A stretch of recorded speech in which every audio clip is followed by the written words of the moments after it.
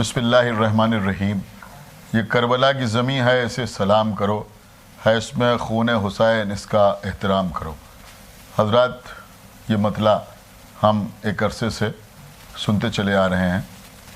ہم سمجھتے ہیں کہ یہی کافی ہے اگر کوئی خاک شفا کی عظمت کو سمجھنا چاہتا ہے۔ کربلا کی زمین وہ زمین ہے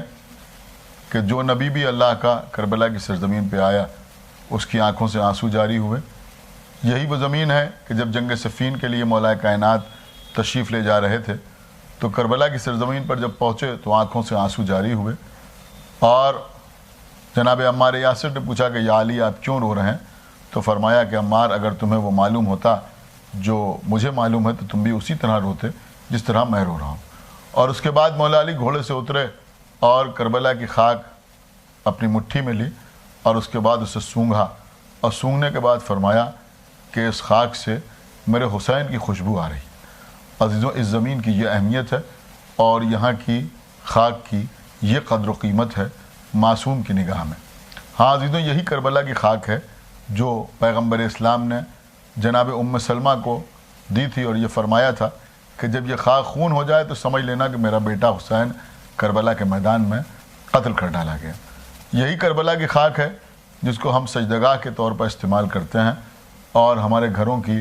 مسلوں کی روح و جان ہوتی ہے یہ کربلا کی سجدگاہ۔ ہم اس پر سجدہ کرتے ہیں، نماز پڑھتے ہیں، اور ہم سمجھتے ہیں کہ کربلا کی خاک پاک کی سجدگاہ ہمارے لیے بہت ہی زیادہ معتبر بھی ہے، مستند بھی ہے، فائدہ مند بھی ہے، اس لیے کہ مولا علی نے ارشاد فرمایا کہ جب انسان حالت نماز میں سجدہ کرتا ہے تو جب پہلے سجدے میں سر رکھتا ہے تو اس کا مقصد یہ ہوتا ہے کہ پروردگار تو نے ہمیں اسی مٹی سے پیدا کیا ہے، اور جب سر اٹھاتا ہے تو اس کا مقصد یہ ہوتا ہے کہ تو نے ہمیں اسی مٹی سے باہر نکالا ہے۔ جب دوبارہ سجدے میں سر رکھتا ہے تو اس کا مقصد یہ ہوتا ہے،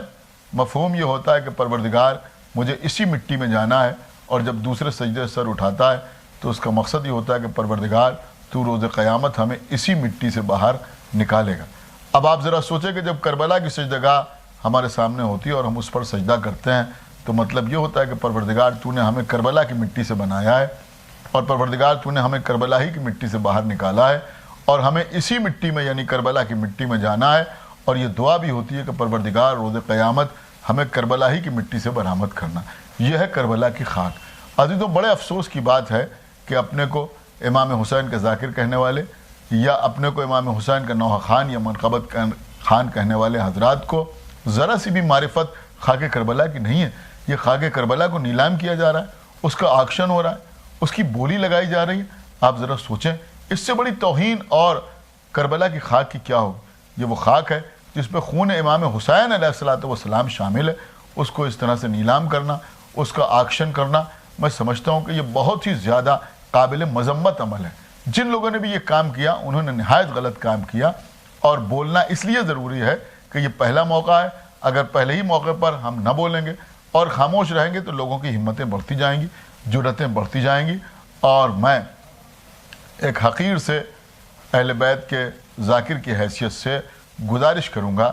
اپنے قوم کے جید علماء سے، بزرگ علماء سے،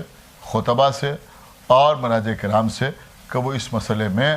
سامنے آئیں اور اس مسئلے کو یہیں پر روکنے کی کوشش کریں، اور اپنا واضح بیان دیں کہ یہ کام درست نہیں ہے اس طرح سے کربلا کی خاک کی نیلامی۔ اور ہم سمجھتے ہیں کہ وہاں جس طرح سے اور تبرکات کی نیلامی کی گئی وہ بھی نہایت غلط کام ہے، لیکن خاص طور سے خاک شفا کی نیلامی۔ اب یہاں پر جو لوگ سجدگاہ کی مثال دے کر اس غلط کام کو جسٹیفائی کرنے کی کوشش کر رہے ہیں، میں عرض کروں گا کہ جو لوگ زیارت کے لیے گئے ہیں ان کو اس بات کا احساس ہوگا کہ کربلا میں بہت سے دکاندار ایسے بھی ہیں کہ جو سجدگاہ دے دیتے ہیں، اس کی کوئی قیمت نہیں لیتے، کسی سے پیسے نہیں لیتے، لیکن جو لوگ لیتے بھی ہیں وہ بھی بہت معمولی سی رقم لیتے ہیں۔ اور میں یہ نہیں کہہ رہا ہوں کہ سجدگاہ کو اس طرح سے بیچنا چاہیے یا نہیں بیچنا چاہیے، لیکن میں یہ بات ضرور آپ کی خدمت میں عرض کروں گا کہ بہرحال سجدگاہ مٹی سے بنائی جاتی ہے، اور جو رقم وہ لوگ آپ سے لیتے ہیں اس کو میکنگ چارجز کہہ کر کم سے کم اس کی کچھ نہ کچھ تعویل کی جا سکتی ہے، لیکن یہ اس طرح سے